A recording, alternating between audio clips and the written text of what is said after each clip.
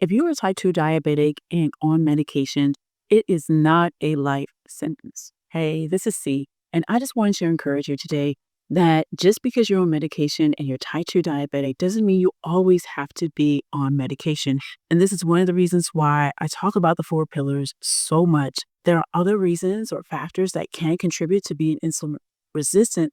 However, if we work on those four pillars, we have made a huge change because it's not just taking capsules, it's actually lifestyle changes because we want to reverse this. We want it in remission, as they say. So, when it comes to nutrition, we want to get those greens, especially arugula is at the top of the list for just being a really awesome food to take or to eat, I should say. If you're type 2 diabetic, I'll drop a salad dressing recipe so I can help you guys maybe eat it. And then protein, which really helps to satisfy us when we eat. But not only that, it doesn't spike the blood sugar like a lot of the sugar, like a lot of the refined carbs and all the sugary stuff. And there's a lot of hidden sugars in a lot of things. But if we try to keep things simple, like what are we eating?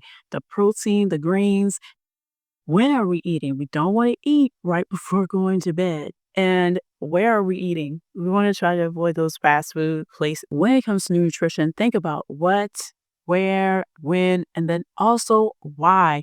Is it boredom, stress, emotional eating? Get something to drink before you try to eat something. The other thing, again, is movement.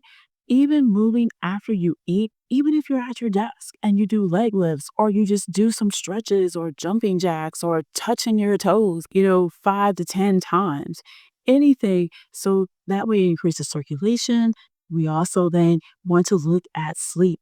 Quality and quantity of sleep matter. And hey, if you need some magnesium or something to help you go to sleep, by all means, do it. I'll create a video. I'll put a link in the description for the best magnesium for blood sugar, sleep, constipation, and all that.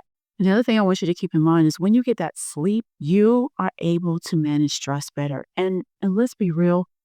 I know for most of my life, I've been running or sprinting through life. And so it's time to walk in life and not try to race through it. And just realizing what our priorities are and what we need to let go of. And taking time before responding to a situation to just think and take a deep breath.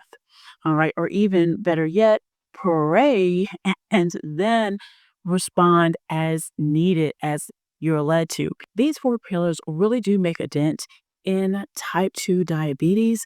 And so I highly suggest that you really get on board with the four pillars: nutrition, sleep, stress, and movement. And if you need some help in your better health journey, then put help in the comments. I want to thank you for watching and consider subscribing.